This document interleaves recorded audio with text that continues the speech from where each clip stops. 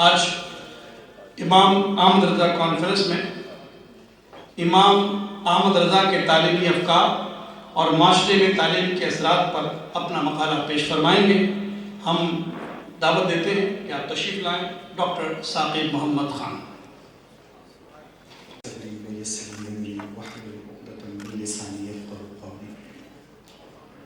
اللهم صل على سيدنا مولانا محمد وعلى آله وأصحابه وبارك وسلم۔ نہایت معلوم ادارہ تحقیقات امام احمد رضا کہ فقیر کو اس لائق سمجھا کہ کچھ خیالات آپ کے ساتھ شیئر کروں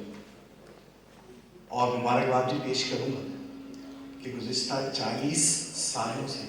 جس استقامت کے ساتھ تسلسل کے ساتھ علمی خدمت کا یہ سلسلہ جاری ہے، یقینی سی بات ہے کہ اس کے عہدیداران اور تمام ممبران کی انتھک محنت، کوشش اور مستقل مزاجی کا ہی یہ ثمر ہے۔ اللہ تعالیٰ اس سلسلے کو جاری و ساری رکھے۔ 40 سال قبل اعلیٰ حضرت علیہ رحمہ کے حوالے سے جن موضوعات پر تحقیق ضروری تھی، گفتگو کرنی چاہیے تھی، اور جو ایک سینیریو ماحول موجود تھا وہ آج سے قدر مختلف ہے۔ آج جو ماحول، آج جو رجحانات، آج جو میلانات اور جو رویے اور جس طرح کی ہمیں نوجوان نسل جس طرح کے افکار رکھتے ہیں، بہت ضروری ہے، بہت لازم ہے کہ ہم ان تمام معاملات کو پیش نظر رکھ کر اعلیٰ حضرت علیہ رحمہ کے افکار کو پیش کریں۔ تعلیم کی اگر ہم بات کرتے ہیں تو ہم سب بخوبی جانتے ہیں کہ تعلیم کسی بھی معاشرے کی بنیادی ضرورت ہوتی ہے۔ قومیں ترقی اور شعور تعلیم سے ہی حاصل کرتی ہیں۔ اگر میں یہ کہوں کہ تعلیم کسی بھی قوم کی ترقی کی ضمانت ہے تو یہ غلط نہیں ہوگا، لیکن یہ تمام ثمرات تعلیم کے اسی وقت ہی ہمیں حاصل ہو سکتے ہیں کہ جب تعلیم ایک تو بامقصد ہو اور وہ ایک مؤثر انداز میں دی جا رہی ہو۔ یعنی معاشرے میں تعلیم کے اثرات صرف اسی وقت ہی ہمیں مل سکتے ہیں کہ جب تعلیمی نظام ایک مضبوط اور باقاعدہ ہمارے پاس حاصل ہو۔ اسی تعلیمی نظام کے لیے مختلف ماہرین تعلیم اور مختلف فلسفیوں کے فلسفے اور ان کے افکار پڑھے اور پڑھائے جاتے ہیں تاکہ ایک تعلیمی نظام کی تشکیل ہو، اور پھر اس نظام کے تحت ایک کریکولم فریم ورک تیار کیا جاتا ہے، یعنی یوں کہیے کہ نصاب اس کا تیار ہوتا ہے،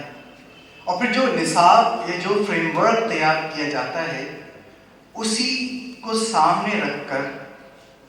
اداروں کی تنظیم، اس کا نظم اور پھر طریقہ تدریس کو وضع کیا جاتا ہے۔ یعنی اگر ہم آج کسی قوم کے نوجوانوں میں کچھ صلاحیتیں دیکھتے ہیں، ان کے ہم کچھ رجحانات دیکھتے ہیں یا ان کے رویے دیکھتے ہیں، تو اس کی دو وجوہات ہوتی ہیں، تو وہاں کی شرح خواندگی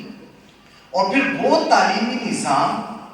اور وہ افکار، وہ نظریات جس کی بنیاد پر ہزاروں نہیں لاکھوں تعلیمی ادارے اس ملک میں تعلیم دے رہے ہیں۔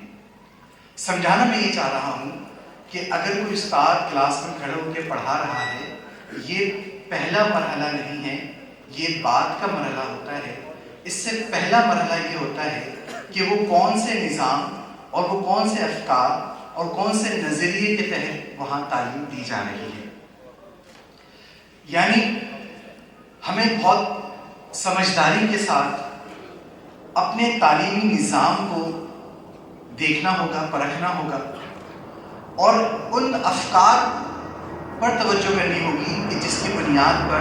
یہ تعلیم دی جاتی ہے۔ اعلیٰ حضرت علیہ رحمہ جس طرح فقہ، ادب اور دیگر علوم میں کمال دسترس کے ساتھ یگانہ نظر آتے ہیں، تو اسی طرح مسلم مفکرین اور مسلم ماہرین تعلیم میں بھی اعلیٰ حضرت کی شخصیت ایک منفرد مقام رکھتی ہے۔ جسے میں نے کہا کہ تعلیم معاشرے کی بنیادی ضرورت ہے، تو محسوس یہی ہوتا ہے کہ یہی وجہ ہے کہ اعلیٰ حضرت علیہ رحمہ نے خصوصیت کے ساتھ تعلیمی افکار اور اپنے تعلیمی نظریات پیش کیے ہیں، اور ان نظریات میں ان تمام سوالوں کے جوابات ہمیں مل جاتے ہیں جس کا تعلق دنیا میں کامیابی سے ہو، یا نوجوانوں کی دینی یا روحانی تربیت سے ہو، اور قوم و ملت کی سالمیت اور ترقی سے ہو، یا اس کا تعلق نوجوان نسل کی اخلاقی گراوٹ سے ہو، اس کی وجوہات سے ہو۔ یہ تمام معاملات جب ہم اعلیٰ حضرت کے تعلیمی نظریات کو پڑھتے ہیں تو ہمیں نظر آتا ہے کہ اس کا سیدھا سیدھا اور بہت آسان و سہل آپ اس کا حل تجویز کرتے ہیں۔ اور آج جب ہم دیکھتے ہیں، آج کے موجودہ دور میں پاکستان کی بات کر رہا ہوں، تو ہمارے تعلیمی ادارے ایک لنڈا بازار کی طرح نظر آتے ہیں کہ جہاں پہ انگریز کی جراثیم زدہ اترن خود بھی پہن دی جاتی ہے اور پہنائی بھی جاتی ہے، اور پھر پہن کے اسمارٹ اپنے آپ کو گردانتے ہیں۔ یعنی تعلیم کے مقدس شعبے میں مغرب کی غلیظ سوچ اور الحاد کی تعفن کی بو آتی ہے۔ تو اس صورت میں اعلیٰ حضرت کے یہ نظریات ایک پاکیزہ، نفیس، شفاف اور یوں سمجھیے کہ تیز دھوپ میں گھنے درخت کی چھاؤں کی مانند ہے۔ اور اس بات پہ شرح صدر ہے، ابھی ڈائریکشن اسکول کا مفتی صاحب ذکر کر رہے تھے، الحمدللہ 80 سے زیادہ کیمپسز پاکستان میں ڈائریکشن اسکول کے موجود ہیں، اور مجھے یہ بات کہنے میں فخر ہے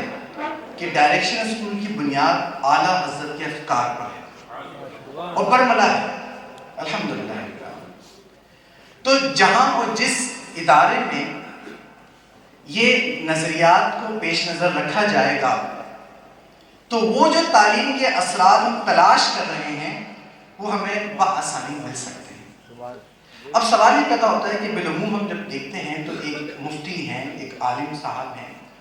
اور یہ ایک الگ شعبہ تصور کیا جاتا ہے،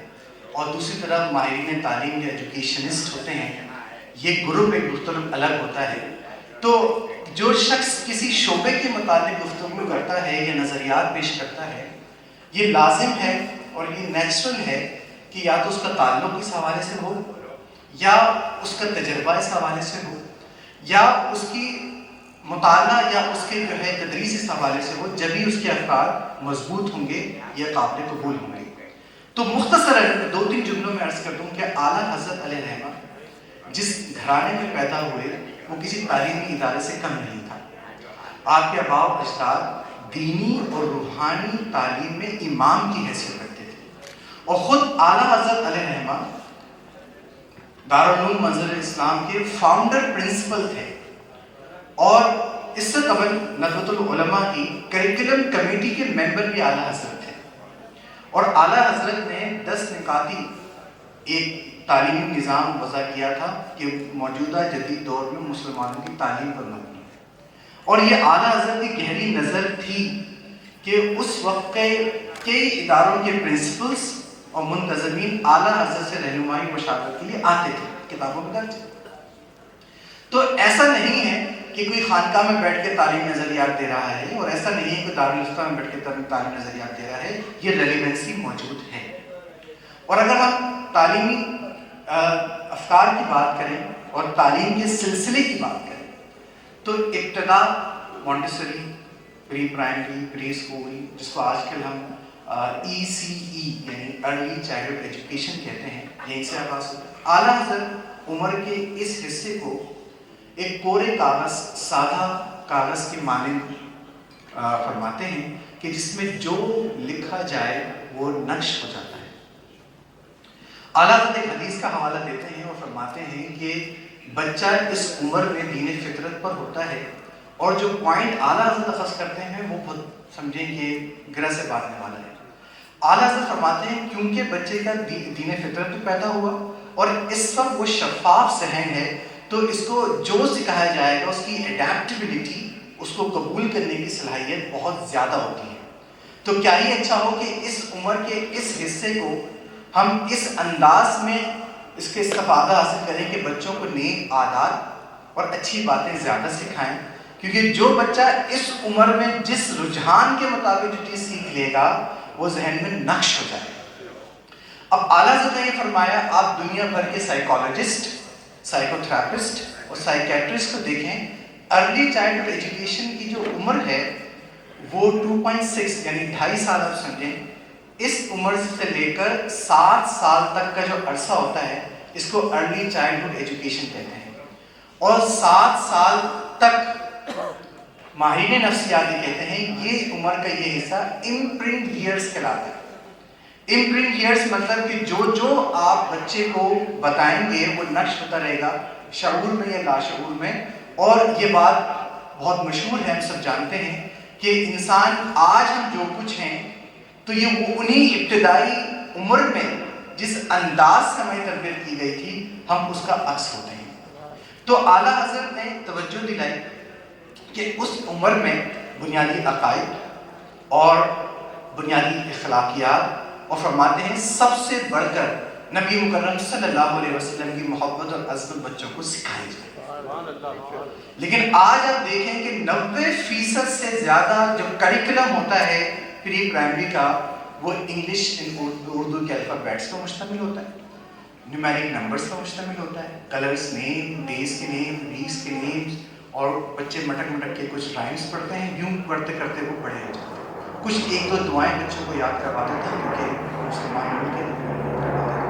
تو کتنا بڑا لاس ہے جنریشن کا کہ وہ جو عمر کا حصہ تھا جس میں ایمان کی پختگی، جس میں شخصیت سازی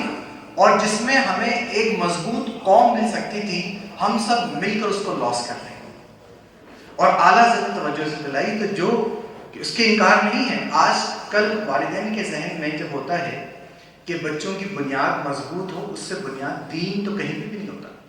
ریڈنگ اسکلس اچھی ہو، کریٹیو رائٹنگ اس کو آتی ہو، انگلش اچھی بولے، بنیاد اس کی بہت اچھی ہے۔ اعلیٰ حضرت پیراڈائم شفٹ کی بات کرتے ہیں،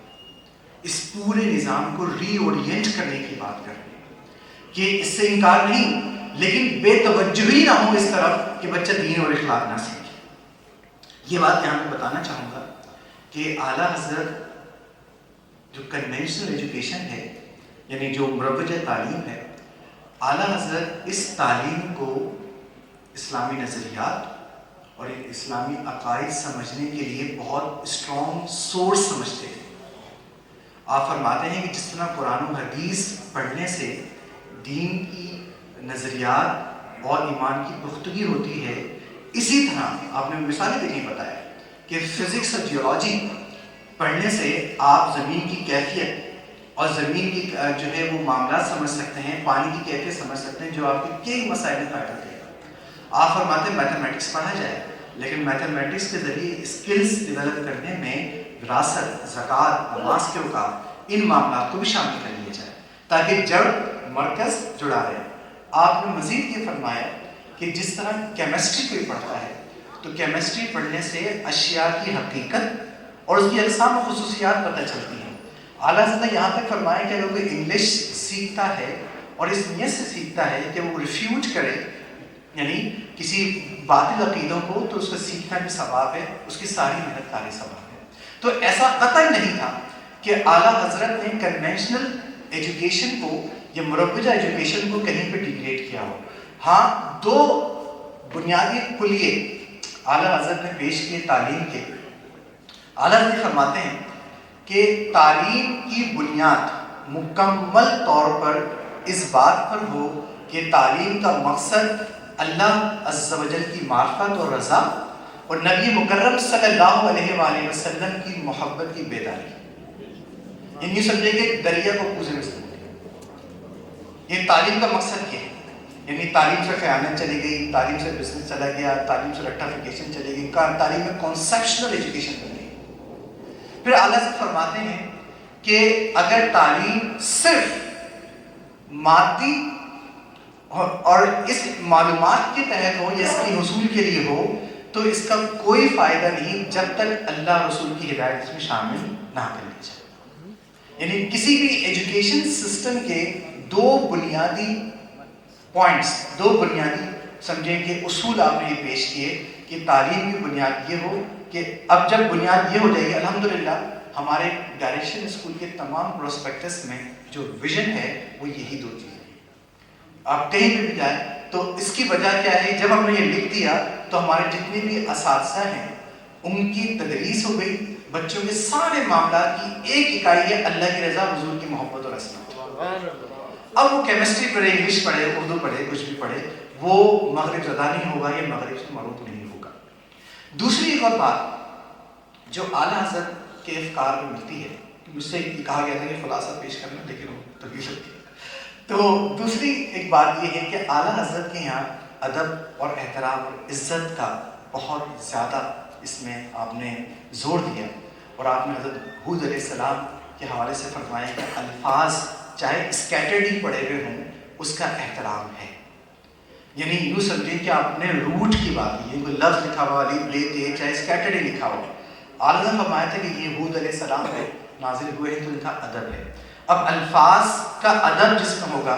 اس کو ذرا اوپر لے جائیے، کتابوں کا ادب چاہے کسی بھی کتاب ہو، پھر قلم کا ادب، پھر کاپیز کا ادب، پھر اساتذہ کا ادب، اور پھر پورے ادارے کا ادب. یعنی پورے ادب کی جو اکائی ہے وہ اعلیٰ حضرت نے بیان فرمائی ہے. آج اسلامی جمہوریہ پاکستان میں یہ فکر اور یہ نظریہ ناپید ہے، ایگزسٹ ہی نہیں کرتا، کہیں موجود نہیں، اور نتیجہ ہم سب کے سامنے ہے. نوجوان نسل اب الحاد کی طرف جاتی نظر آتی ہے. کیوں؟ کیونکہ یہ نظریے ممکن نہیں ہے، پائے نہیں جاتے. میں نے جیسے پہلے کہا تھا کہ جو آج ہم حال اپنی قوم کا دیکھ رہے ہیں اس کا حل، واحد حل یہی ہے کہ تعلیم کی جو اورینٹیشن ہے اس کو ری اورینٹ کرنے کی ضرورت ہے. اور جب تک ہم اس طرف نہیں جائیں گے تو یہ سطحیت کی طرف ہم رہیں گے، اور یہ قوم نہ تو اپنی ہوگی نہ غیر کی ہوگی. اعلیٰ حضرت کے تعلیم کے افکار کے حوالے سے فقیر نے ایک کتابچہ مرتب کیا ہے، and I have compiled it in English، تاکہ اس آپ آئی بی اے میں دیجیے، اس کو این ای ڈی میں دیجیے، جامعہ کراچی میں دیجیے، زیبس میں دیجیے، نسک میں دیجیے، لمس میں دیجیے، اس کو کہیں پہ بھی دیجیے. اعلیٰ حضرت کے ٹیچر اسٹوڈنٹ ریلیشن شپ کیا تھے، اعلیٰ حضرت نے کیا ماڈل ڈسپائن کیے، اور اعلیٰ حضرت علیہ الرحمہ کے مطابق یہ تعلیم کے مراتب کیا کیا ہیں، سب اس میں درج ہیں. اب اس کو بھی دیکھیے گا. میں اللہ تعالیٰ سے دعا گو کہ اللہ تعالیٰ ہم سب کو جو رضوی فکر ہے اس کی ترویج میں اپنا حصہ ڈالنے کی توفیق عطا فرمائیں، اور تعلیم جو بھی کسی معاشرے کی اکائی ہے یہ ہم کسی سے ادھار لے کے نہ دے رہے ہوں، اپنے ہی نظریات، اپنے ہی افکار کی بنیاد پہ ہم اس کی ترویج کریں. جزاک اللہ.